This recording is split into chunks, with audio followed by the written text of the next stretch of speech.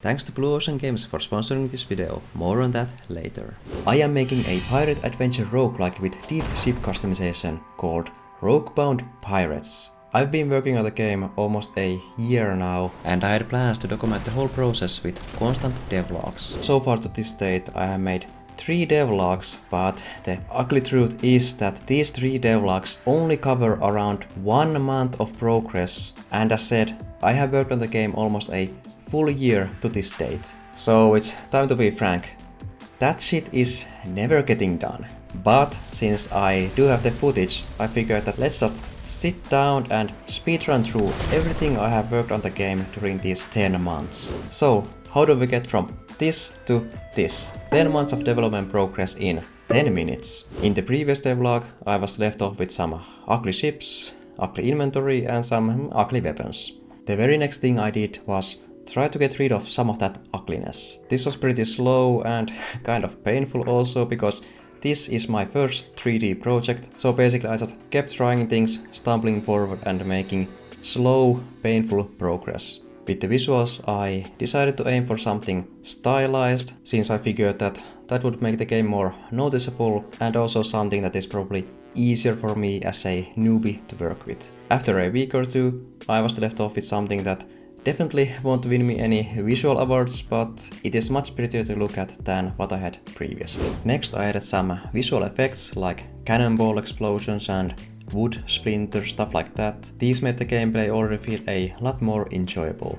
At this point I wanted to put up a Steam page to start collecting those early wishlists, so basically again I spent some time making everything look prettier, most notably the inventory visualization, a mockup of the sail customization and the first actual environments. I had to spend some extra time creating the descriptions, screenshots and GIFs for the Steam page, and as a punishment I would now be forced to glue my eye on the screen and keep refreshing the wishlist number.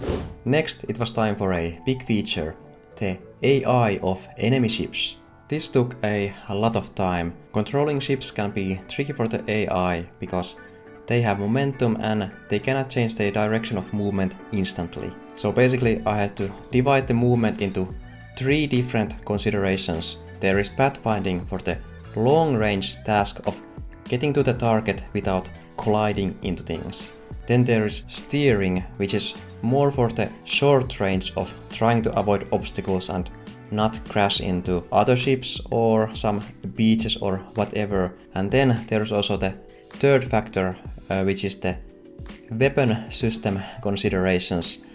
So for example, if the enemy ship has a cannon on the right side, then it should ideally prefer keeping the right side towards the player so it can actually shoot there. The game has lots of different weapons, long range, short range, melee weapons, so enabling the AI to use those in a smart way is no easy task. But after a month or so I had a pretty decent framework in place. It is by no means perfect and it's something I will need to work on later, but this will do just fine currently. Then next I decided to make the game look a bit prettier again. Mostly I made the water look better, I added some fog, and I also created a simple shader for the environment that will let me randomize things like the color to make the environment look a bit more vibrant. Speaking of environment, that was the next big issue I had to tackle. I'm a solo developer, so I don't have a lot of resources.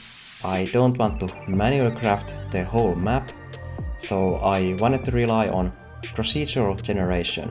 I had previously thought that okay, maybe I could use a ready-made asset for this to randomize a bunch of islands, but none of the ready-made assets seemed quite good enough for my use case. So I spent way too long creating my own system, but it is perfect for my own game. I think the system is pretty cool, so let me show you how it works. To start with, I need a black and white 2D height map. With height maps drawn or downloaded from internet, I have a system in place that will use those to create a mesh island. I have various different settings that will let me customize the look of the island and also optimize it to be a bit more performant. I also created a shader that combines 2 or 3 different textures based on the height of the island, so it will use those to create the beach line and then the top part, whatever that is, sand or grass or stone or whatever. Once the island base is ready, I have a bunch of different prefabs in designated folders. Trees, stones, foliage, mushrooms, whatever. For each island I can set what the ground should look like and also what kind of prefabs should it use to populate the island with. For the placing of the prefabs, I once again use a height-based method. It avoids placing things at the very edge of the island where the ground is low and instead tries to place them more inland. Once satisfied, I can then save these settings and use them as an archetype to create an endless amount of randomized islands that look similar.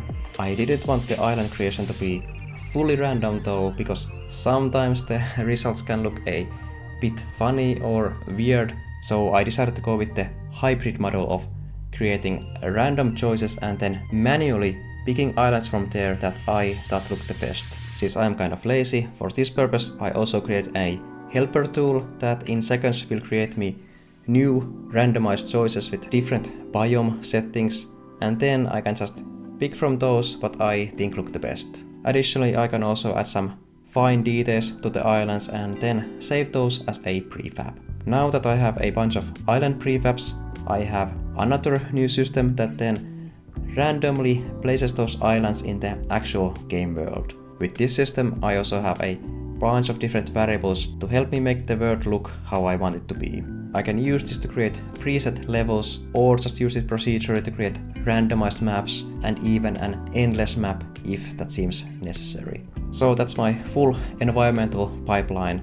It took quite long to make, but I'll be damned if I do anything manually that I don't absolutely need to. After the massive work on the environment, it was time to work on something more lightweight. The sails on my ship were static and very boring, so I tried writing a wind shader to automatically animate the sails. And it looked so ugly that I decided to get a ready-made asset called Full Rig to have some dynamic sails and also dynamic ropes with the sails. While not absolutely critical, I also really wanted the player to be able to customize the sails themselves, so I spent some time adding a custom tool into the game that will let the player draw on the sails and also change their colors. At this point I felt like the game was about ready for me to make the first trailer for it. To help showcase all the features I want to have in the game, I spent quite a bit of time creating mockups and very rough versions of features, things like towns,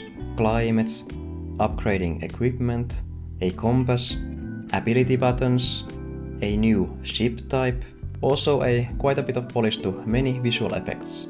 Recording and editing the trailer took quite a bit of time, but it was necessary, and I also used it to update my screenshots and GIFs on the Steam page. After the trailer, I noticed a festival that I really wanted to attend to, and it required a demo, so I started working on a very early demo. For that purpose, I needed a bunch of secondary systems like looting destroyed ships, discarding items, rebinding items. I also need to quickly add some mandatory things like main menu, options, and then I also added this really cool feature. If the cooldown of a weapon is really small, like for example the cooldown of an axe, the animation speed of the weapon will also be lower. So with low cooldowns you can now have lightning fast swinging axes and all that fun stuff. Preparing for the demo took quite a bit of work. In the end I didn't get into the festival and they didn't even play my demo, but hey, that's indie dev for you, and I can't blame them. They had a lot of applications, that is life, and it was time to move on. I decided to keep working on a bunch of supporting features, like towns that actually belong to a faction and you can conquer. I also added this shop view so you can trade with the towns. Then I decided that if I want the player to actually find these towns and other places, I need a map, but I didn't want the player to live on the map view, so I also decided to add a mini-map for some easier navigation. I then moved on to a major feature that I only had been kind of faking in the trailer, and that was weapon upgrades.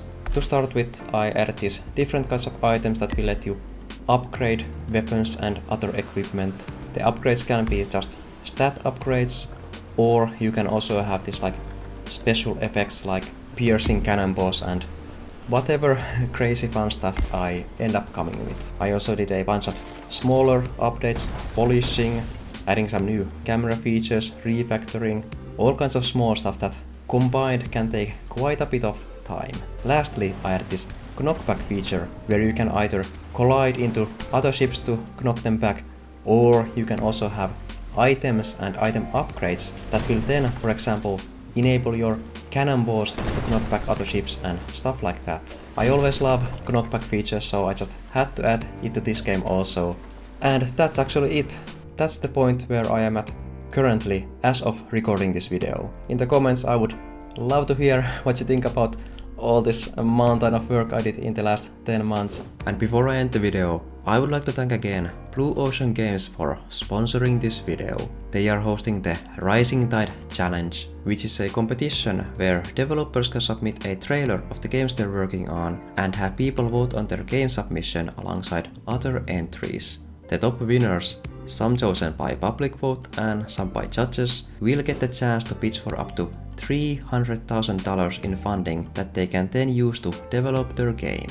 I think it's a great opportunity. Personally, I actually participated in the first Rising Tide Challenge early this year, and I'm also going to participate again in this ongoing second one with Roguebound Pirates. You can go to blueoceangames.com to submit your game trailer and join the event Discord server. They are currently accepting submissions, but keep in mind that the deadline for submissions is on September 22nd of this year.